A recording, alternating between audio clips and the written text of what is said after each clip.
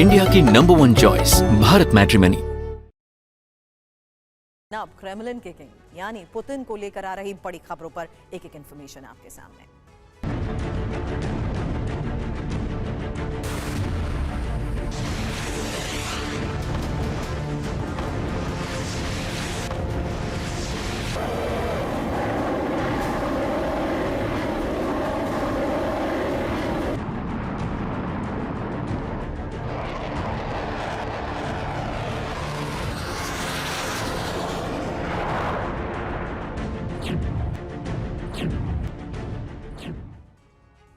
तो बड़ी खबर है, करीब 24 घंटे बाद भारत पहुंचेंगे पुतिन।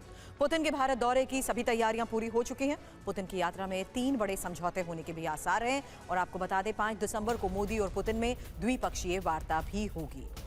तो करीब 24 घंटे बाद भारत पहुंचेंगे पुतिन।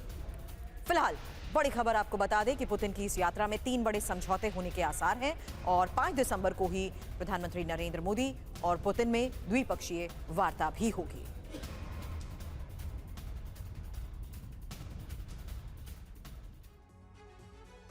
हालांकि जल्द एक इन्फॉर्मेशन अब आपके सामने रखते हैं कि आखिर पुतिन का ये भारत दौरा किस लिहाज से अहम हो जाता है, क्यों ये इतना अहम है, उन्हीं को लेकर सबसे बड़ी और पहली खबर, रक्षा सहयोग में मिलेगी नई रफ्तार। हालांकि रक्षा सहयोग में जिस तरीके से बड़ी खबर सामने आ रही है, TV9 भारतवर्ष लगातार एक्सक्लूसिव जानकारी आपको दे रहा है कि आखिर रक्षा समझौतों को देखते हुए किस तरीके से कई संभावनाएं अभी भी बनी हुई हैं। साथ ही ऊर्जा और व्यापारिक साझेदारी को भी किस तरीके से इसी दौरे में मजबूती मिल सकती है। बड़ी बात यह भी है कि रूस यूक्रेन युद्ध और शांति समझौते को लेकर भी बातचीत संभव है। हालांकि बदलती जियोपॉलिटिकल सिचुएशंस को देखते हुए आज के इस हालात में हो रही ये बातचीत बेहद मायने भी रखती है, लेकिन द्विपक्षीय संबंधों पर अमेरिकी असर, और ये अमेरिकी असर इसीलिए कोट अनकोट किया गया है क्योंकि भारत और रूस के यही द्विपक्षीय संबंध आने वाले वक्त में अमेरिका के लिए एक बहुत बड़ा मैसेज भी है। फिलहाल पुतिन के दौरे को लेकर अलर्ट पर सुरक्षा एजेंसियां हैं। एक और बड़ी खबर आपको बता दें क्योंकि दिल्ली में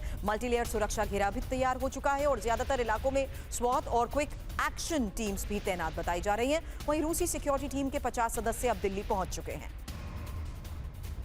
यानी अब से थोड़ी देर बाद 24 घंटे बाद दिल्ली में पुतिन की मौजूदगी और उसी को देखते हुए सिक्योरिटी अलर्ट और सुरक्षा की तैयारियों के बारे में अब एक एक इंफॉर्मेशन आपके सामने, क्योंकि सुरक्षा एजेंसीज अलर्ट हैं। दिल्ली में ही मल्टीलेयर सुरक्षा घेरा भी तैयार हो चुका है और ज्यादातर इलाकों में स्वॉट और क्विक एक्शन टीम्स भी तैनात हो चुके हैं। हालांकि रूसी सिक्योरिटी टीम के 50 सदस्य दिल्ली पहुंचे।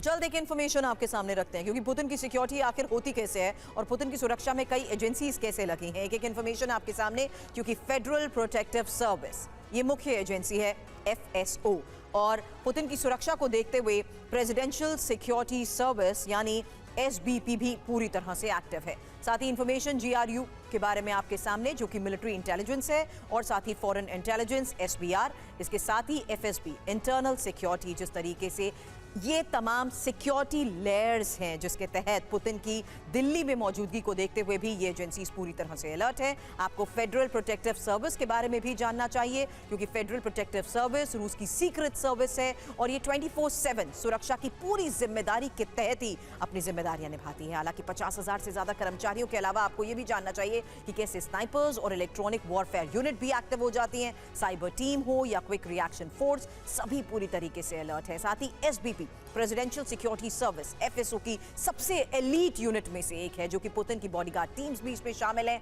30 से 40 बॉडीगार्ड रिंग बना कर रखते हैं, यानी पुतिन के आसपास पूरा सुरक्षा घेरा रहता है।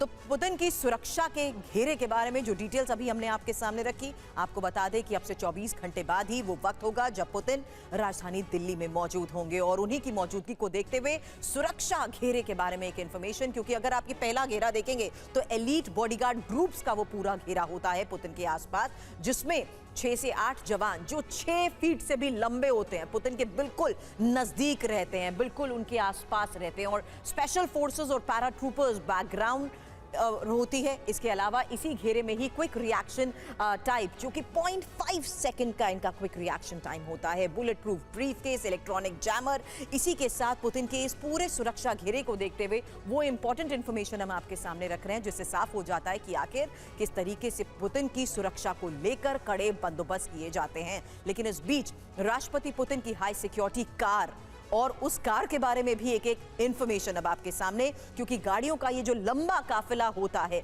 कौन कौन सी गाड़ियां इसमें शामिल होती हैं, यही इंफॉर्मेशन, क्योंकि ऑरएस सीनेट लिमोजिन और 6 टन की बुलेट प्रूफ कार।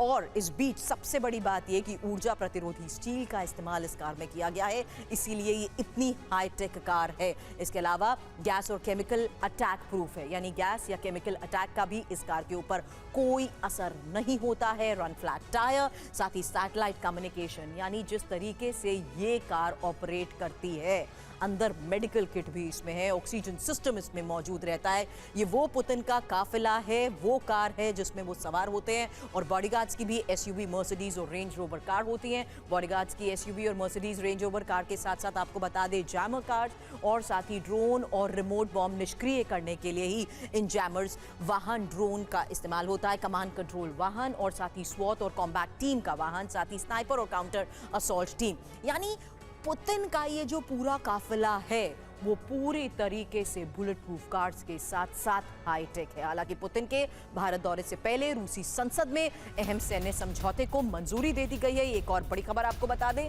जहां भारत और रूस के बीच इस साल 18 फरवरी को reciprocal exchange of logistic operations agreement यानी रेलॉस पर साइन हुए थे, और कल रूसी संसद के निचले सदन ड्यूमा ने इसे मंजूरी दे दी है। इसी समझौते के तहत रूस और भारत एक दूसरे के सैन्य अड्डों और संसाधनों का इस्तेमाल कर सकेंगे।